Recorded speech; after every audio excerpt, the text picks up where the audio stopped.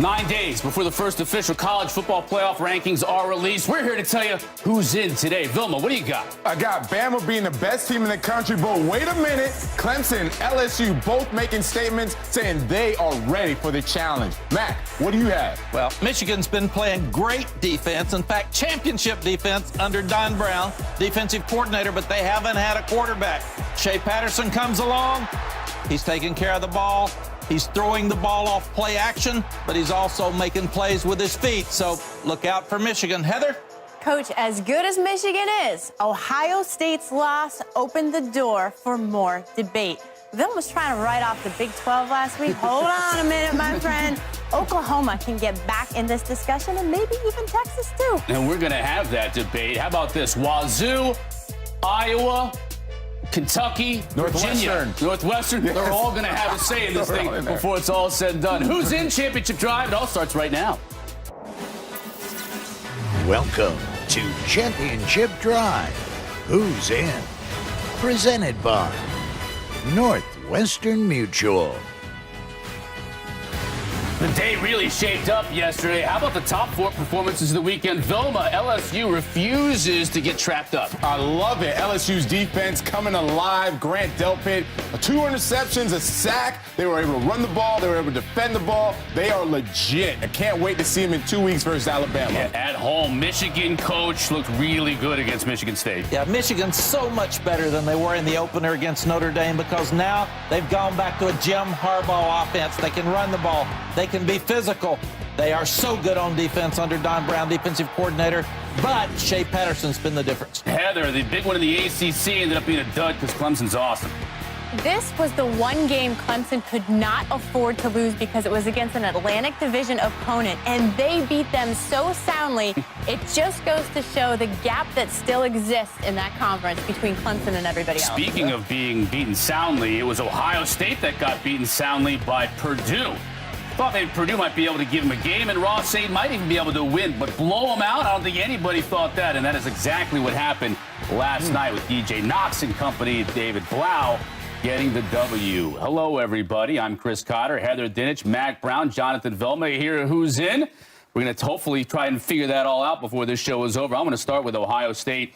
Like I said there, I think we all thought Purdue might give them a game, might even be able to get a win because of the way they've been playing lately, but to blow them out like that was a big shock. It was a big shock. I wasn't surprised that they had issues. They, as in Ohio State, had issues handling DJ Knox in the running game, handling Rondell Moore, handling Isaac Zico. I had issues with how they looked so poor late in the game, and they frankly were just tired. And I couldn't believe that Purdue was able to just continue to just all through the middle of the field, break tackles and get touchdowns. That was impressive by Purdue and very shocking for Ohio State. What does it say about the playoff picture for Ohio State and maybe even the Big Ten? Is it a good thing that there's more depth? Northwestern's playing better. Purdue obviously is a pretty good team. Or does it say, hey, the top of that Big Ten with Ohio State there is not as good as we originally thought because Penn State's struggling a little bit now?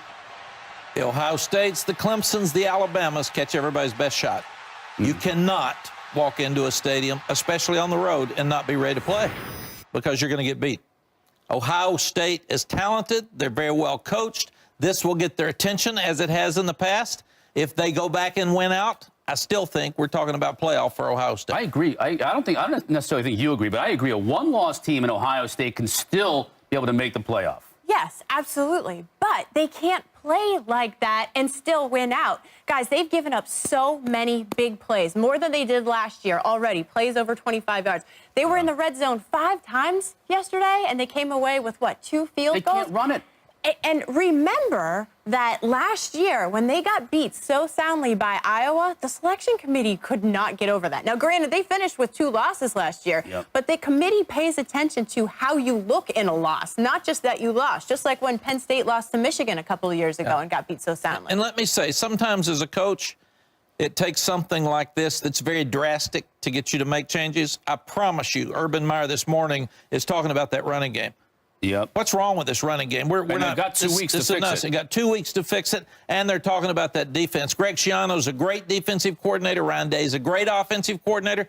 Today, they're making drastic moves to say this is not who we want to be. We got to fix it. You can't make too many drastic moves in the middle of the season. The moves they have to make are schematic moves. Like, you can't stay in man. They flat out don't have the linebackers and secondary to cover man-to-man. They can't. That's what I'm talking about. And the other thing might be, Jonathan, that they go back and simplify. Usually when you're if you're tired, back off in practice and get fresh.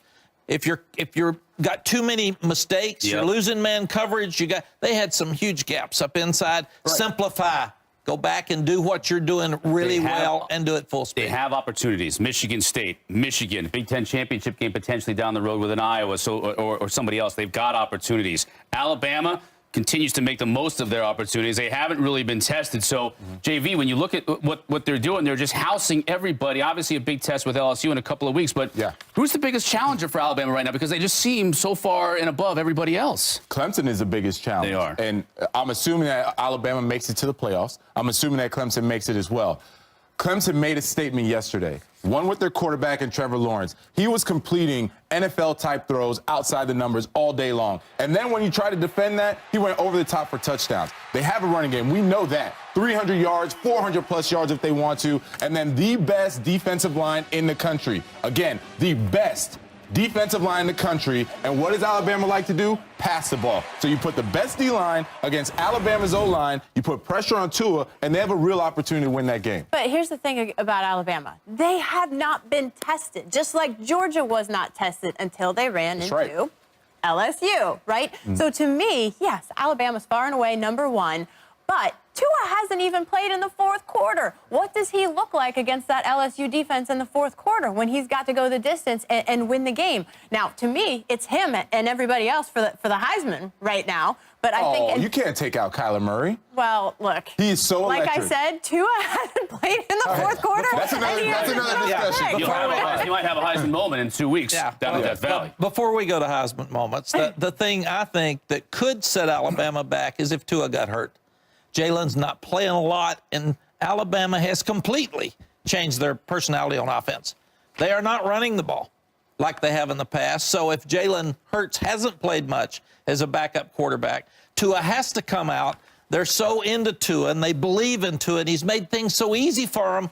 Like you said, if somebody hit them in the mouth and they have to change an offense and go back to a backup quarterback with less experience, then they could be in trouble. And then, Mac, here's also my thing about the LSU secondary. They have guys that are long and can run with every one of those wide receivers. So I want to see what happens with Tua when his guys aren't blowing over the top of the defenses and he's able to just hit the 50-yard bombs. What if he has to systematically go in and make the reads and sit there and complete 5, 7, 8-yard routes? I can't wait to see it. I'm excited. No, and it would be great for Alabama to have a tight game. Yeah. Because if they're going to win the national championship, they're going to have a tight game somewhere. So this would be a good time to do that. I'm surprised, and we'll talk about this coming up a little bit more, though, in the next segment, that Michigan was not brought up in this as far as a defense that can be able to shut down the number one pass defense in the country. We saw how great they were this past weekend. Could shut down that Alabama offense or at least give Tua a problem. But maybe that's a conversation for another day. Michigan's a one-loss team that's got to beat Ohio State and Penn State. So they've got some work to do before we put them in that category. Let's talk about the top 4 plays from yesterday because we saw some really exciting plays. How about Rondale Moore? Oh, my goodness, Coach. This kid is a freshman. I'm in love with this guy. He's a speed in space. And he's tough. Look at him. He is tough, and he can run. So he's that hybrid running back, slot back, wide receiver. I love this kid. I think he's playing as well as anybody in the country at his position. They've got Blau, they've got Moore, they've got DJ Knox. They've got talent there. How about this play? Xavier Williams, the interception for Northern Iowa. Oh, wow. Let's take a... Look at the wheels. Oh, my goodness. Over the pylon for the score. That's how I came to work today. Nice. One-handed. That's how Heather arrives. Over the top. Awesome. That was a great play. Great play. Here's Aaron Fuller. Now, the one thing you got to say about Brownie is he puts the ball in the money, right? But even when he doesn't, he's got Aaron Fuller. Look at this. Behind him to make the catch. And exposing himself where he could get a rib shot. No, this day and age, nobody's tackling him this day and age. They are in the ribs. They're not in the head. It's an ejection to tackle him there. And then the trick play in Wazoo. It really didn't fool the defense, but a great individual effort by James Williams to get in the end zone.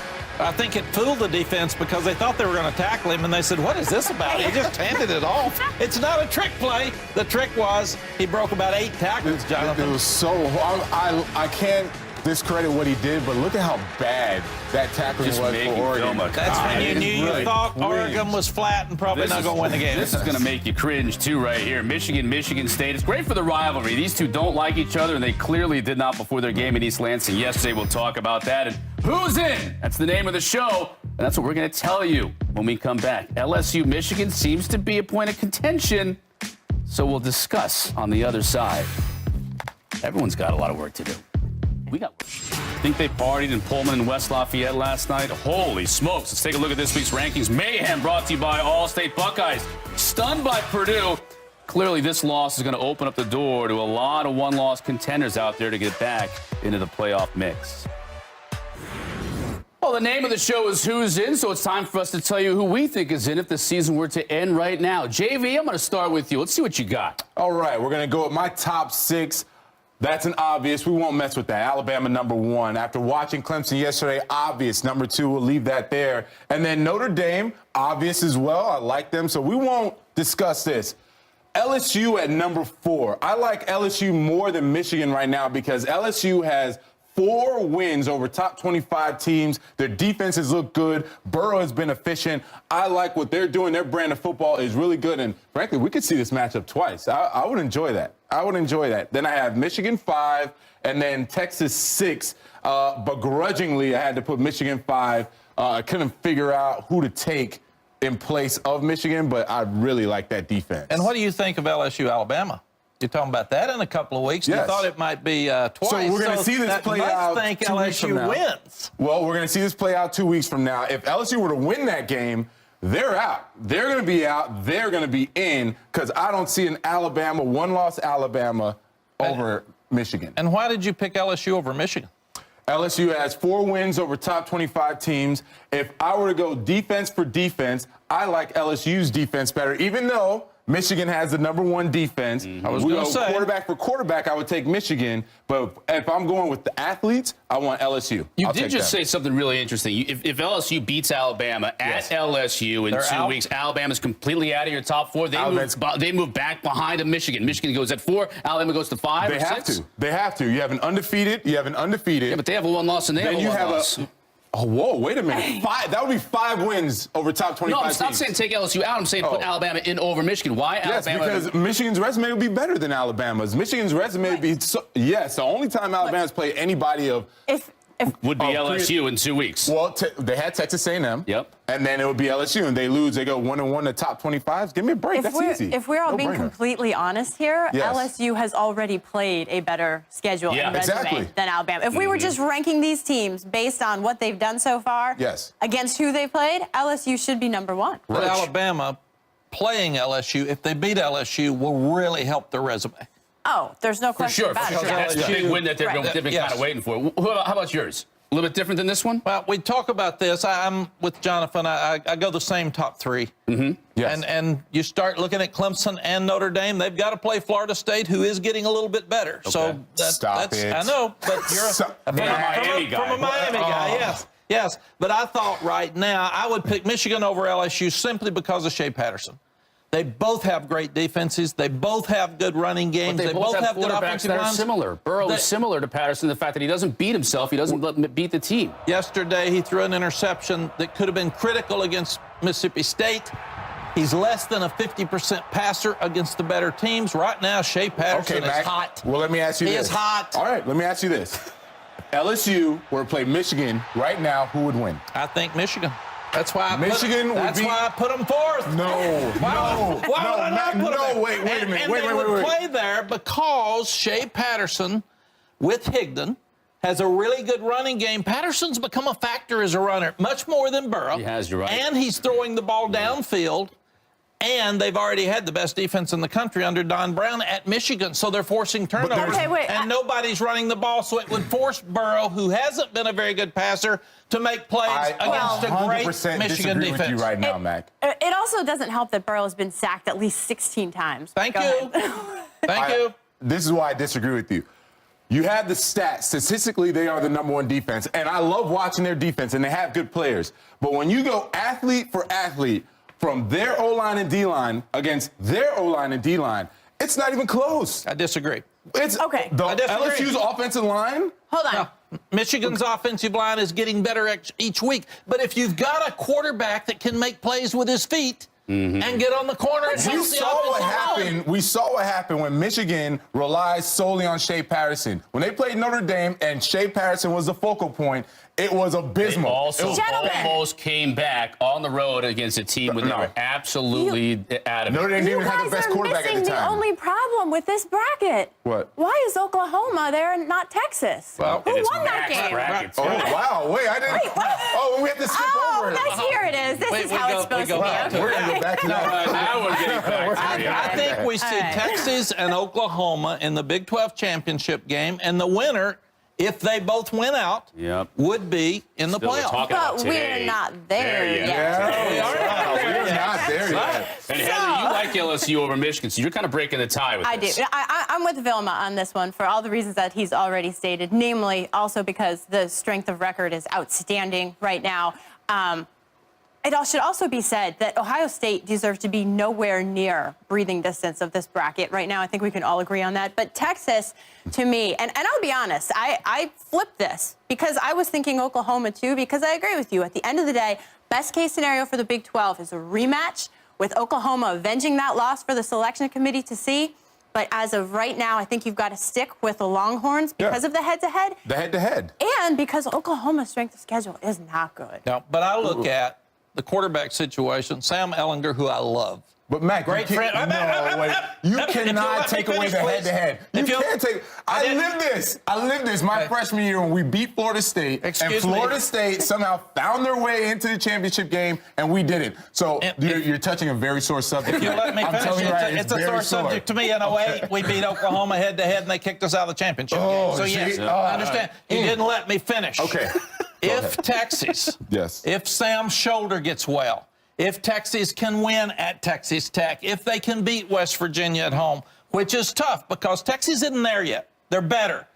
But they have to play good every week. They're not good enough to walk out there and roll the helmets out and win the game. Yeah. And Kyler Murray, to me, is still like a video game. The guy is unbelievable. So Love him. I'm Yes. not going to bet against him. And Ruffin McNeil and those guys are going to play a little bit better on defense. I think that would be a great matchup. lot to of see You know those what two in the Texas doesn't Big have to 12. worry about? BCS percentages. That's true. That's Thank true. God. Thank a lot of goodness. ifs and buts on that side of the screen there. Hey, if you want to get involved, just go to twitter.com/SportsCenter on Monday to tell us who you think should be in. That's our Capital One fan vote. All right, when we come back, we're going to talk about Michigan and Michigan State, the pregame antics.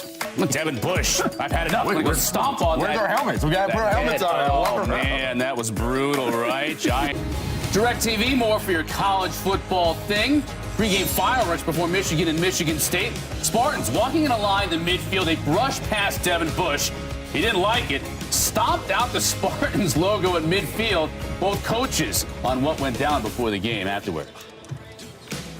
Total Bush League, and apparently Coach D'Antoni was 5 yards behind it, all smiling. So, yeah, I think it's Bush League. That's my impression of it.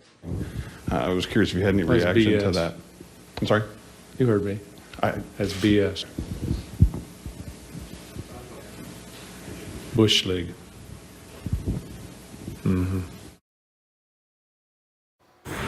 Oh, I love the disdain. You guys, when you played Florida State, you never had anything like that happen pregame, did you? No, nothing like that. It was just so weird to see Michigan State. I don't know if they do this every game or not every home game. Walk to the field locked in arms with sweatpants and a helmet. Mac and I were like, why would I ever want to get off the bus with my helmet on and sweatpants? Why would I do that? There's There you nothing go. exciting Here's about Bush that. right there. Yeah, so there goes Bush, and you can see they like Red Rover. clotheslined them, Mac. They clotheslined them. Can you believe that? And Clotheslining. They did clothesline. I like this. You know why I like that? Because he backed it up.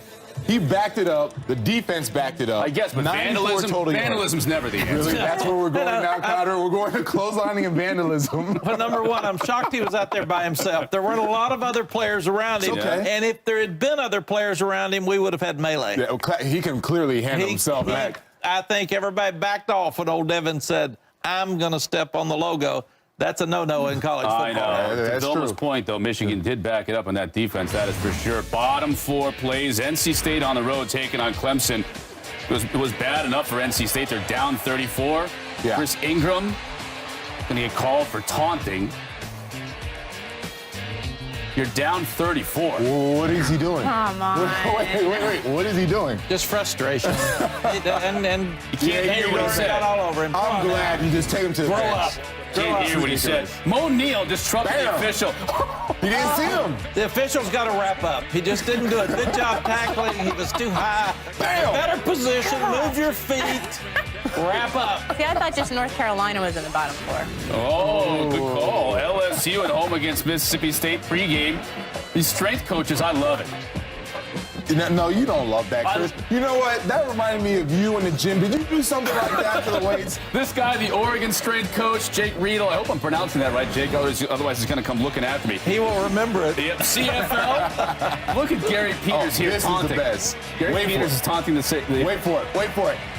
This is the only way that Gary could have gotten on TV. Oh, my And goodness. he will have this to live up to for the rest of his life. You think in the film room today? No, live down. Not live up that's to, man. Live down to that, literally. His players will be killing him today in that video. BC Lions and the Edmonton Eskimos. That one went viral. That was hilarious. Hey, matchup next week you're looking for a little bit. I know Texas is on the road at Oklahoma State. They've had a week in between, Coach. What do you think about that? Yeah, I think that's going to be a great matchup because Sam Ellinger's shoulders got to get well. Yep. Oklahoma State's got to play better. I want that Florida-Georgia game. Yep. I can't wait to see that. That's going to be exciting. Let's see if Florida is for real and see if Georgia can bounce back after the disappointing loss at LSU a couple of weeks ago. We'll see you next week, everyone.